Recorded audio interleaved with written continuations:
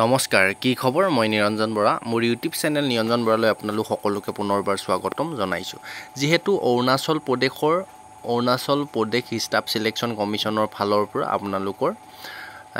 পুনৰ Arunachal police constable firemen civil police MTS library technician মানে librarian বহুত ধৰণৰ পোষ্ট পুনৰ মুকলি হৈছে যেটো অৰুণাচল পুলিচত কি হয় অৰুণাচল ষ্টাফ সিলেকশন বোৰ্ডত যিখিনি আনৰিজাৰ্ভৰ ভেকেন্সি থাকে ন সেইখিনি অল ইণ্ডিয়া ল'ৰা-ছোৱালী এপ্লাই কৰিব পাৰে য'ত নেকি আমাৰ অসমৰ ল'ৰা-ছোৱালীও এপ্লাই কৰিব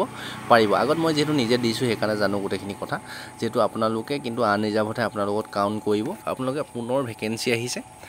কিমান ভেকেন্সি আছে কি পোষ্ট আহিছে বয়স কিমান লাগিব কোৱালিফিকেশন কিমান লাগিব সিলেকশন প্ৰসেস ৰানিং কিমান কৰিব লাগিব হাইট চেষ্ট কিমান লাগিব গোটেইখিনি তথ্য এ টু জেড মই আপোনাক ভিডিঅ'ত ধুনিয়াকে খুব ধুনিয়াকে লাইভ দেখাই দিম আপোনালোক ভিডিঅ'টো খালি হেকলৈকে চাব আৰু আপোনাৰ যিমান লগৰ বন্ধু বান্ধৱী আছে এই ভিডিঅ'টো অকনমান শেয়াৰ কৰি দিব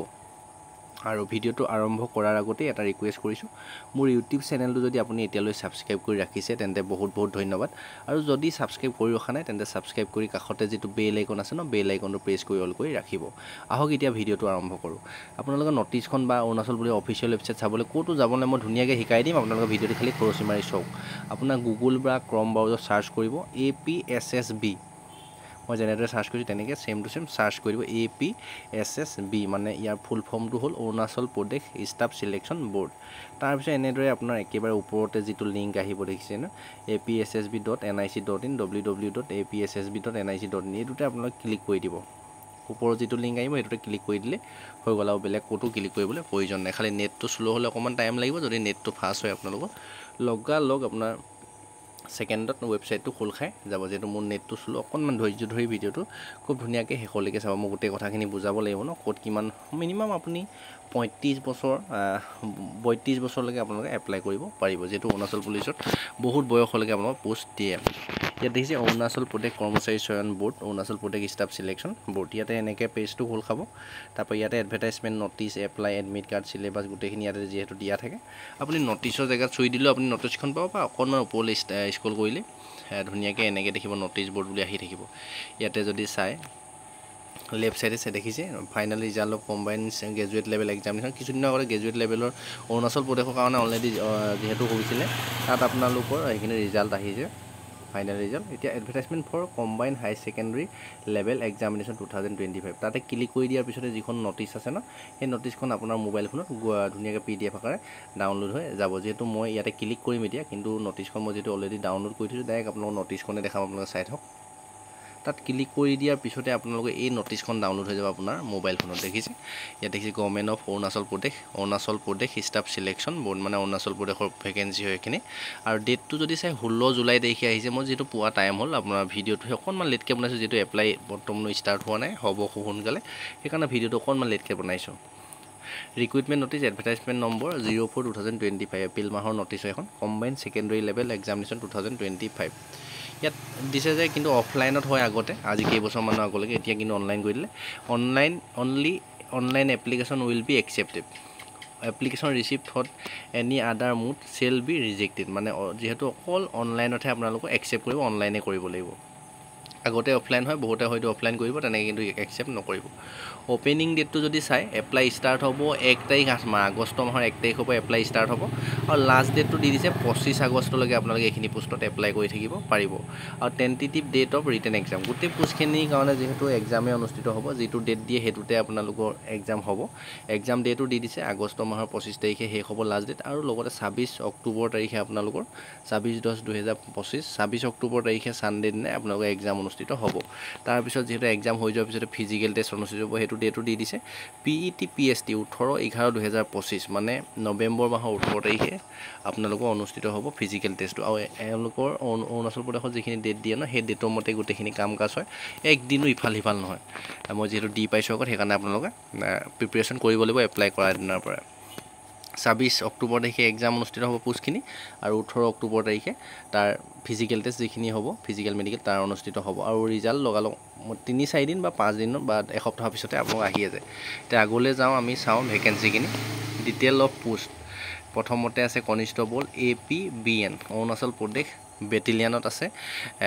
তাতে পে স্কেলটো 21,700 পৰা 69,100 টকা কিমান ভাল SSGD নিচিনা চেলাৰী দেখিছে চেণ্ট্ৰেলৰ চাকৰি যিহেতু তাৰপৰা নেম অফিচৰ নেমটো হৈছে PHQ APSTত অৰুণাচল প্ৰদেশৰ ষ্টেটৰ কাৰণে 20টা ভেকেঞ্চি আছে আনৰিজাৰ্ভত 5টা আছে আনৰিজাৰ্ভত যেতিয়া 5টা ভেকেঞ্চি থাকে ন তাত সকলো ষ্টেটৰ ল'ৰা ছোৱালীয়ে এপ্লাই কৰিব পাৰে 5টা APBNৰ কাৰণে অৰুণাচল প্ৰদেশৰ বেটেলিয়ানৰ কাৰণে 5টা ভেকেঞ্চি আছে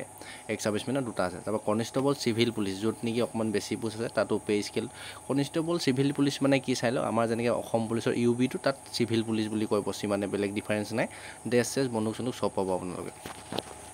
ইয়াত যদি চাই টোটেল ভেকেঞ্চি আছে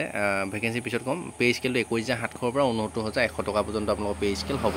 আৰু অৰুণাচল প্ৰদেশৰ ষ্টেটৰ ল'ৰা ছোৱালীৰ কাৰণে 210টা পোষ্ট আছে তাৰপৰা UR য'ত আমাৰ অসমৰ ল'ৰা ছোৱালী এপ্লাই কৰিব অল ইণ্ডিয়া ল'ৰা ছোৱালী এপ্লাই কৰিব পাৰে তাত 58টা আছে টোটেল হৈ গ'ল 268টা টোটেল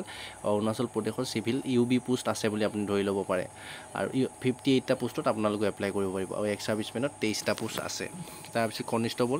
এক্সাইজ এণ্ড নাৰ্কটিক্স মানে যেনেকৈ আমাৰ এক্সাইজৰ পোষ্ট থাকে ন তাতো পোষ্ট আছে আনৰিজাৰ্ভত যিহেতু পোষ্ট নাই এইখিনিত কিন্তু এপ্লাই কৰিব নোৱাৰিব আমাৰ অসমৰ ল'ৰা ছোৱালী ফায়াৰমেনত পাৰিব ফায়াৰমেনত যদি চাই 51টা যিহেতু পোষ্ট আছে চৰি অকণমান স্ক্ৰল হৈ গ'ল নটিছখন ফায়াৰমেনত আছে আপোনালোকৰ 41টা আনৰিজাৰ্ভত আছে 10টা এই 10টা পোষ্টত অসমৰ ল'ৰা ছোৱালী এপ্লাই কৰিব পাৰিব টোটেল 51টা পোষ্ট আছে 21,700 পৰা 69,100 টকা পে স্কেল হ'ব লাইব্ৰেৰী এটেণ্ডেণ্টৰ আনৰিজাৰ্ভত পোষ্ট নাই এইটোত কৰিব নোৱাৰিব তাৰপৰা লাইব্ৰেৰী এটেণ্ডেণ্ট আছে পাব্লিক লাইব্ৰেৰী এইটোত 2টা পোষ্ট আছে এইটোতো আপোনালোকে এপ্লাই কৰিব পাৰিব তাৰপিছত মেনুৱেল এছিষ্টেণ্ট এইখিনি 18,000 পৰা 56,000 পে স্কেল হ'ব ইয়াত বিভিন্ন ধৰণৰ পোষ্ট আছে লজিকেল মেইনটেইন এইখিনি মই ইমান কৈ নাথাকোঁ আনৰিজাৰ্ভত য'ত এটা পোষ্ট আছে ন সেইখিনিত আপোনালোকে এপ্লাই কৰিব পাৰিব MTSৰ পোষ্ট হয় এইখিনি অফিচিয়েল কামৰ এটা দুটা য'ত পোষ্ট আছে তাত আপোনালোকে প্ৰিফাৰেঞ্চ দিব পাৰিব MTS চকীদাৰতো এটা আছে তাতো দিব পাৰিব তাৰপৰা MTS কুকত আছে তাৰপিছত MTS গেছ টেনাৰ অপাৰেটৰ MTS মেল এটেণ্ডেণ্ট এইবোৰ চবতে দিব পাৰিব MTS মালি এটাই পোষ্ট আছে এইখিনি পোষ্টটো কৰিব পাৰিব MTS পিয়নত আছে MTS পিয়ন এইবোৰ 18,000 পৰা 56,000 টকা পে স্কেল থাকে তাৰপিছত আৰু এইটো 4টা এটাই পোষ্ট আছে এইখিনি আনৰিজাৰ্ভ পোষ্টখিনি টোটেলখিনি যদি চাই MTS চুইপাৰতো এটা পোষ্ট আছে আনৰিজাৰ্ভতে তাৰপৰা MTS চুইপাৰ বেলেগ বেলেগ ডিপাৰ্টমেণ্টৰ চুইপাৰবিলাকতো পোষ্ট আছে তাতো পে স্কেল 18,000 পৰা 56,900 টকা পে স্কেল হ'ব টোটেল এটাই পোষ্ট আছে আনৰিজাৰ্ভ পোষ্ট যিমান আছে সকলোতে এপ্লাই কৰিব আনৰিজাৰ্ভত যদি চাই 113টা পোষ্ট আছে অল ইণ্ডিয়া ল'ৰা ছোৱালীৰ কাৰণে য'ত নেকি আমাৰ অসমৰ ল'ৰা ছোৱালীয়ে এপ্লাই কৰিব পাৰিব এতিয়া আগলৈ চিলেকশ্যন প্ৰচেছ কোৱালিফিকেশ্যন আৰু বয়স গোটেইখিনি আমি চাই যাম যিটো পোষ্ট কোড 15/25ত যিটো আছিলে ন সেইটো হৈছে অৰুণাচল প্ৰদেশ বেটেলিয়ানৰ পোষ্ট আছে তাত কোৱালিফিকেশ্যনটো যদি চাই class X pass for equivalent from recognise board মানে মেট্ৰিক পাছ কৰিলে চিম্পল আপুনি অৰুণাচল প্ৰদেশৰ বেটেলিয়ানত আপুনি এপ্লাই কৰিব পাৰিব ফিজিকেল ষ্টেণ্ডাৰ্ডটো চাই লওক যিহেতু আনৰিজাৰ্ভত কৰিব লাগিব আমাৰ জেনেৰেলৰ কাৰণে আমাৰ অসমৰ যদি আপুনি SC ST হয় OBC হয় UR হয় কোনো কথা নাই সকলোকে কিন্তু জেনেৰেল বুলিয়ে ধৰিব অৰুণাচল প্ৰদেশত যিহেতু তেওঁলোকৰ ষ্টেটৰ কাষ্টতহে অনলি ষ্টেটৰ ল'ৰা ছোৱালীকে কাষ্টৰ ৰিজাৰ্ভেশ্যন দিব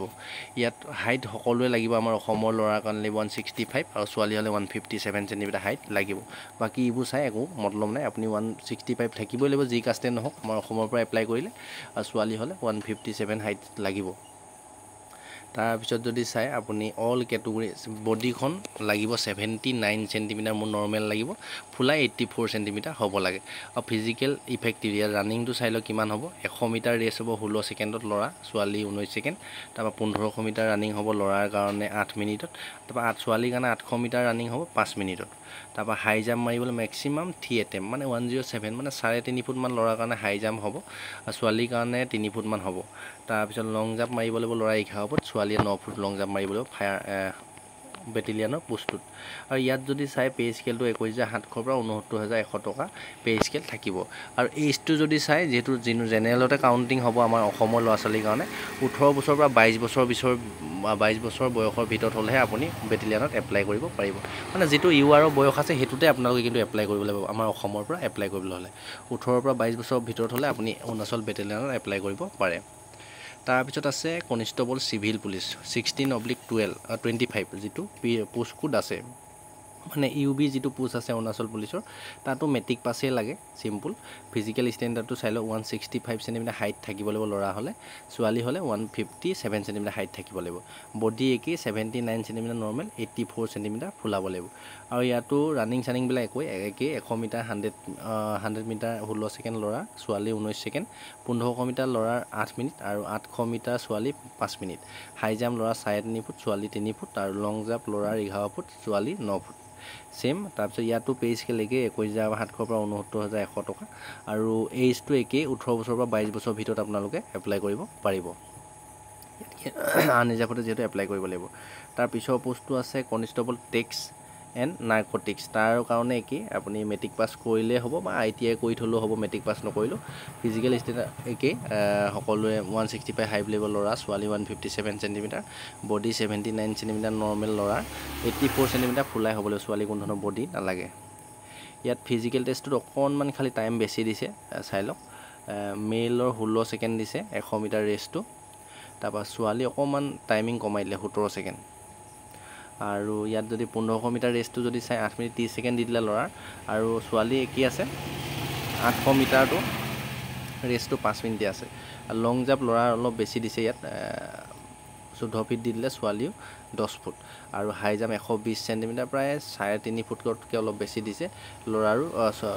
আৰু ছোৱালী 3 ফুটে লং জাম্প হাই জাম্প দিছে মানে এইটো নাৰ্কটিক বড়ো যিহেতু এইবিলাক ডাক চাক্সৰ লগত আপুনি যুঁজিব লাগিব সেইকাৰণে অকণমান টাইমটো কমাই দিছে বা ফিজিকেলটো অকণমান ষ্টিক কৰি দিছে তাৰপৰা ইয়াতে মেডিকেল ফিটো লাগিব 6/6 6/12 কালাৰ ভিজন এইবিলাক থাকিলে নহ'ব তাৰপিছত পে স্কেল 19900 পৰা হ'ব যিটো নাৰ্কটিক বেঞ্চৰ মানে ড্ৰাগ চাক ধৰা যিটো পোষ্ট আছে তাৰ 18 বছৰৰ পৰা 22 বছৰৰ ভিতৰত হ'লে আনৰিজাৰ্ভত এপ্লাই কৰিব পাৰিব তাৰপিছত এইটোত আপোনাৰ বহুত বয়সলৈকে এপ্লাই কৰিব পাৰে যিটো ফায়াৰমেনৰ পোষ্ট আছে তাত মেট্ৰিক পাছ কৰিলে এপ্লাই কৰিব পাৰিব চিম্পল ফিজিকেল ষ্টেণ্ডাৰ্ড একেই জেনেৰেলৰ কাৰণে 165 সেণ্টিমিটাৰ ল'ৰাৰ হাইট লাগিব ইয়াত যিহেতু ছোৱালীয়ে নোৱাৰে ফায়াৰমেনত অনলি ল'ৰা পোষ্টে আছে তাৰপিছত বডিখন 79 সেণ্টিমিটাৰ নৰ্মেল 84 সেণ্টিমিটাৰ ফুলাই হ'বগৈ লাগিব আৰু 100 মিটাৰ ৰেচ হ'ব 10 কেজি ৱেইট লৈ 100 মিটাৰ ৰানিং কৰিব লাগিব 1 মিনিটৰ ভিতৰত তাৰপৰা 1500 মিটাৰ ৰানিং কৰিব লাগিব 8 মিনিট 30 ছেকেণ্ডৰ ভিতৰত আৰু climbing rope vertical pipe height from the ground level 8 foot ওপৰলৈ আপুনি পাইপত হাতেৰে বগাই যাব লাগিব ওপৰলৈ তাৰপৰা হাই জাম্প মাৰিব লাগিব 107 সেণ্টিমিটাৰ প্ৰায় 3 ফুটতকৈ অলপ বেছি হ'ব 3টা চান্স পাব লং জাম্প 11 ফুট মাৰিব লাগিব ফায়াৰমেনৰ পোষ্টটোৰ কাৰণে ইয়াতো একে মেডিকেল ফিটনেছ লাগিব 6/6 চকুৰ পাৱাৰটো থাকিব লাগিব কালাৰ কাৰেক্ট ভিজন থাকিব লাগিব 6/12 হ'লেও হ'ব ডিয়াৰ ভিজন আৰু কালাৰ ব্ৰাইটনেছ যদি কালাৰৰ মাজৰ আখৰটো ধৰিব নোৱাৰে তেতিয়া কিন্তু আপোনালোক ৰিজেক্ট কৰিব মেডিকেল ফিটনেছ ফিট লাগিব পুৰা মানে ভাল লাগিব তাৰপিছত ইয়াত পে স্কেলটো 21700 পৰা 69100 টকা আপোনালোকৰ পে স্কেল হ'ব আৰু এজ লিমিটটো কিন্তু বহুত দিছে ইয়াত 18 বছৰৰ পৰা 32 বছৰলৈকে দিছে আপোনালোকে যদি ফায়াৰমেনত এপ্লাই কৰিব বিচাৰে ধুনীয়াকৈ এপ্লাই কৰিব পাৰিব তাৰপিছত লাইব্ৰেৰী টেকনিচিয়ানৰ যদি আনৰিজাৰ্ভত পোষ্ট আছে তেতিয়াও মেট্ৰিক পাছ হ'লে পাৰিব 18 পৰা 35 বছৰলৈকে পাৰিব তাৰপিছত লাইব্ৰেৰী এটেণ্ডেণ্টৰ মেট্ৰিক পাছ হ'লে পাৰিব 18000 প্ৰথম চেলাৰী 56,900 হ'ব এজ লিমিট 18 পৰা 35 মানে যিকেইটা ডিফেন্সৰ পোষ্ট আছিলে সেইকেইটাই ভালকৈ ক'লোঁ বাকী MTS বিলাকত আপোনালোকৰ 18 পৰা 35 বছৰলৈকে আপোনালোকে এপ্লাই কৰিব পাৰিব যদি আনৰিজাৰ্ভত পোষ্ট আছে নে নাই সেইখিনি আপোনালোকে ধুনীয়াকৈ চাই ল'ব মেল এটেণ্ডেণ্ট মালি চবতে মেট্ৰিক পাছেই লাগে পিয়ন মেট্ৰিক পাছ নাইবা ITI কৰি থ'লেও হ'ব মেট্ৰিক যদি ফেইলো কৰিছে বা ITI পাছ কৰিছে তেতিয়া এপ্লাই কৰিব পাৰিব MTS চুইপাৰ গোটেইবোৰতে 18 বছৰৰ পৰা 35 বছৰলৈকে এপ্লাই কৰিব পাৰিব আৰু ইয়াত যিহেতু এইজ ইলেকশ্যন নাপায় তাৰ প্ৰথমতে যিহেতু এক্সামেই হ'ব চিলেকশ্যন প্ৰচেছত এক্সামত দিছে 150 অৰুণাচল প্ৰদেশৰ কাৰণে 150 মাৰ্কৰ হ'ব আৰু আনৰিজাৰ্ভৰ কাৰণে 200 মাৰ্কৰ এক্সাম অনুষ্ঠিত হ'ব এলিজিবিলিটি ক্ৰাইটেৰিয়া যদি চাই the citizen must be a citizen of India দেখিছে কোনে আমাৰ অসমৰ বহুতে হয়তো এপ্লাই কৰিব নোৱাৰিব বুলি ক'ব পাৰে চিটিজেন অফ ইণ্ডিয়া মানে ইণ্ডিয়াৰ মানে অসমৰো পাৰিব অল ইণ্ডিয়া ল'ৰা ছোৱালীয়ে এপ্লাই কৰিব পাৰি ইয়াত যদি পোষ্ট আছে আনৰিজাৰ্ভত পোষ্ট কোডখিনি ইয়াতে ধুনীয়াকৈ দি দিছে schedule of examination post code মানে প্ৰথমতে ৰিটেন এক্সামছ তাৰপিছতে ষ্টেজ 2 ষ্টেজ 3 ষ্টেজ 4 এনেকৈ দি দিছে এক্সামটো চাই লওক 200 মাৰ্কৰ যেহেতু অনুষ্ঠিত হ'ব প্ৰথমতে এক্সাম হ'ব এক্সাম ইংলিছতে আহিব কোনো হিন্দীত নাহে ইংলিছ মিডিয়ামতে আপোনালোকে পেপাৰটো দিব লাগিব আৰু OMR বেছত হ'ব অফলাইনত হ'ব ইয়াত 50 মাৰ্কৰ জেনেৰেল এৱাৰনেছ আহিব জেনেৰেল ইণ্টেলিজেন্স এণ্ড ৰিজনিঙৰ 50 মাৰ্ক এৰিথমেটিক নমিনিকেল এবিলিটি আহিব 50 মাৰ্ক ইংলিছ লেংগুৱেজ এণ্ড কম্প্ৰিহেনশ্যনৰ 50 মাৰ্ক আহিব যিটো জেনেৰেল এৱাৰনেছ মানে যিটো জিকে সেইটো খালি অৰুণাচল প্ৰদেশহে আহিব জিকে এইখিনি গোটেইখিনি সিলেবাস একেই এইখিনি আপোনালোকৰ গোটেইখিনি সিলেবাস দি দিছে ইয়াতে তাৰপিছতে যিখিনি আপোনালোকৰ যিটো সিলেবাসৰ যিটো টপিক আহিব ইয়াতে ধুনীয়াকৈ সেইখিনিও দি দিছে ক'ৰ পৰা কুৱেশ্যন আহিব এইখিনি আপোনালোকে ধুনীয়াকৈ পঢ়ি চাই ল'ব আৰু পাছ কৰিবলৈ হ'লে আপুনি 33% পাব লাগিব ইয়াতে এইটো পইণ্টটো যদি চাই কোলা ইয়াত দিছে 33% চিকিউৰ তাৰপৰা দি 33% if in any of the subject shall be demand not eligible for selection there is no negative marking মানে ইয়াত কৈছে আপুনি গোটেইকেইটা সাবজেক্ট মিলাই মিলি যদি 33% যদি 200 মাৰ্কৰ এক্সাম হয় প্ৰায় 66 মান নম্বৰ পাব লাগিব তেতিয়া পাছ কৰিব আৰু তাতকৈ যদি কম নম্বৰ পায় কোনোবা এটাত যদি বোলানি আপুনি অবজেকশ্যন ধৰেগে তেতিয়া কিন্তু নহ'ব মানে 33% সকলোৱে পাব লাগিব তেতিয়াহে আপুনি নেক্সট ষ্টেপৰ কাৰণে পাছ কৰিব ইয়াৰ পিছতে যেহেতু ফিজিক্যাল টেষ্ট হ'ব ন ফিজিক্যালৰ পৰা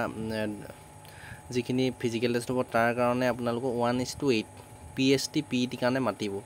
1:8 মানে ধৰি লওক আপোনাৰ যদি 10টা পোষ্ট আছে তেতিয়া 80টা ল'ৰা মাতিব ফিজিক্যাল টেষ্ট দিবলৈ আৰু তাৰ পিছতে এক্স সাৰ্ভিসমেন যিখিনি ক্যান্ডিডেট থাকিব তেওঁলোকৰ ফিজিক্যাল নহয় বুলি কৈছে PST PET মানে হেতু শুট আছে জাস্ট এক্সাম পাছ কৰিলে ডকুমেন্ট ভেৰিফিকেশ্যন অনুষ্ঠিত হ'ব তাৰপিছত ইয়াত দিছে যে যিখিনি